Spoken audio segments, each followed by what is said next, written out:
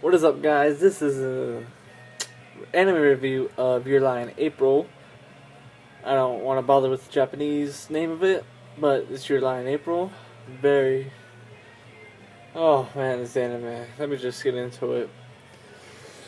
Alright, first the animation. The animation was beautiful. It was unique and extremely colorful. At first, I thought it was a bit quirky, but I got used to it, or I just put that thought aside. There is no question the anime made budget-saving moves and comedic scenes to make the rest of the anime absolutely beautiful, but I'm willing to look past that, as this anime is up there with 5 centimeters per second in terms of background animation. The character animation was very solid, and I thought the animation fit very well with what the story was telling. An example is that Arima's life was colorless until he met Kaio, and when he first met Kaio, his vision, which is what you saw through his eyes, was extremely beautiful and colorful. But when he saw Kaio in the hospital, things were dark and gray and seemed very depressing. She was losing color, everything. The animation dictated the story at times, most of the time. And I love that. I don't see that in many other or any other animes. So the animation is very, very good. I would give it probably a 9 out of 10. It has its moments of like comedic scenes whenever they go to chibi mode, or like the quirkiness that I got past it, but I still know it's there. Next would be sounds. Well, it's a music anime, so the sounds should be good, right? Yeah, it fucking is. This is what the anime is all about.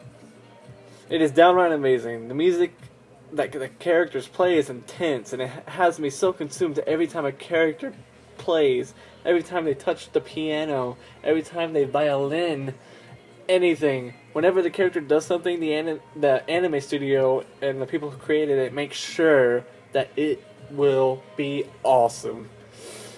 The background music in general is used very well for the sequences in the anime that are currently happening.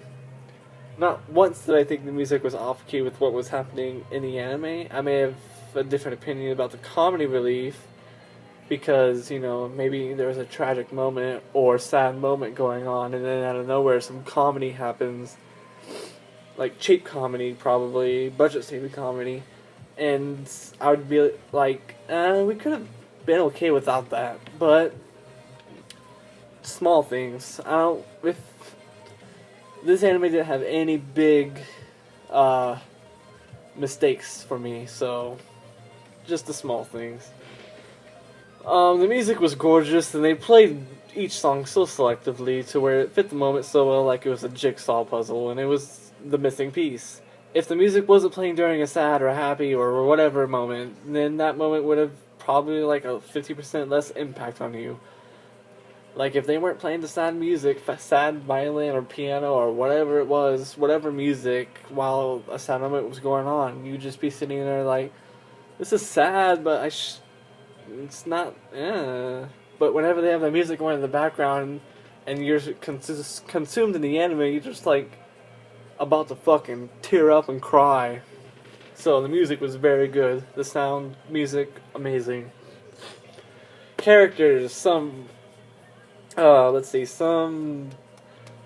different opinions about characters in this show. Character development in particular. So the character development was very well done for a few characters, and adequately done with a few more, but this cast was huge.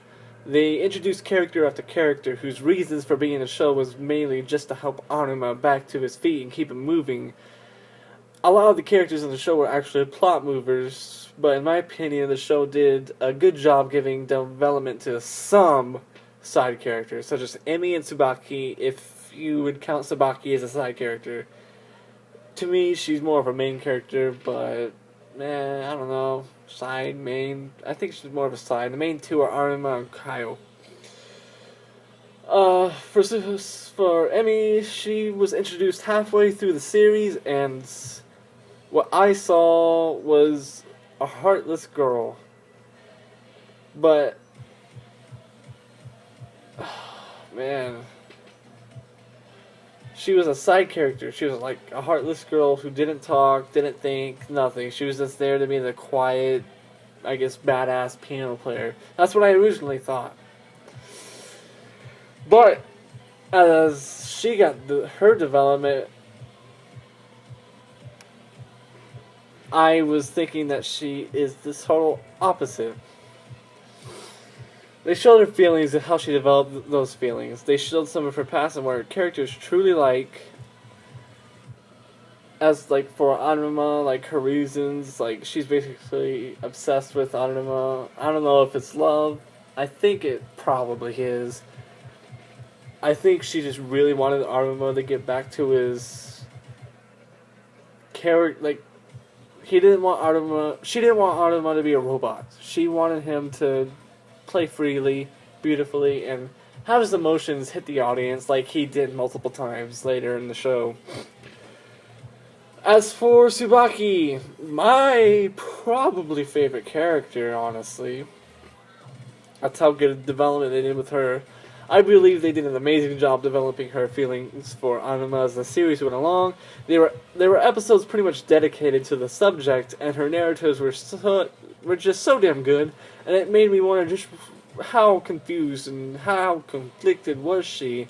I mean, like, her narratives were just like, why am I feeling this way? I don't understand. Is this what I'm supposed to be thinking, or is it this? And whenever she was dating the baseball guy, she wasn't very happy with him. I mean, I guess you could say she was, but all she could talk about with him was Anima. Anima was her life. She is literally his guardian angel, like she said in the last episode. Spoiler. Oh, she was such a good character. I loved her so much. Like, going from the sister to conflicted feelings of a girlfriend. She was very good. I loved her personality. She was funny. She just did not do anything wrong. There are some characters such as Watori who did not have as much development as I would have liked, but you can't get everything perfect. Watori in general, I thought they were going to give him some development after the soccer game that he blew. Whenever he hit the side of the soccer goal and he missed it and lost the game. It was like some big deal tournament. Afterwards, he was in the bathroom and he started crying and saying that he screwed up and all that. And that was like the only time we got to see Watori by himself and his narratives and what he was thinking. So whenever that happened, I was thinking, oh, we're gonna get some development with Watori because I actually liked the character a bit. But we did not, and he was the same from beginning to end. He was likable, thankfully. But he did not get much development, if any. So, characters was pretty good. It wasn't amazing. But to Your Lie in April's credit, it was a huge cast, and they had the focus on the main two, Anima and Coyote, whatever you want to call her. So, characters was very good, just not great. Story. Okay, this is where people will just say, it's a musical romance, I'm not gonna watch it. Sounds gay. Blah, blah, blah. How gay is that? Gay, gay, gay. You know, I was one of those people. I'm sorry, whatever. But, let me say, this is hardly a romance. This is a story about multiple things. PTSD, child abuse, chronic diseases, movie past tragedies. There were mainly two arcs. The first one, Arima getting over his past. The second one, Kaio's sickness arc. But in each arc, they sprinkled in just the right amount of development for characters and just the right of comedic relief. Less so in the second half, for good reason. But each episode had to be so interesting, and not one episode to me was a filler episode. There was no beach cliche episode, and there was no episode that felt like it didn't belong. They focused on the story each and every episode without skipping a beat. Don't be fooled, this isn't just a romantic musical, it's much more than it will shock the cynical, analytical jerks such as myself. I admit, I was shocked. I was pretty much pushed into watching this. I would have not watched it otherwise.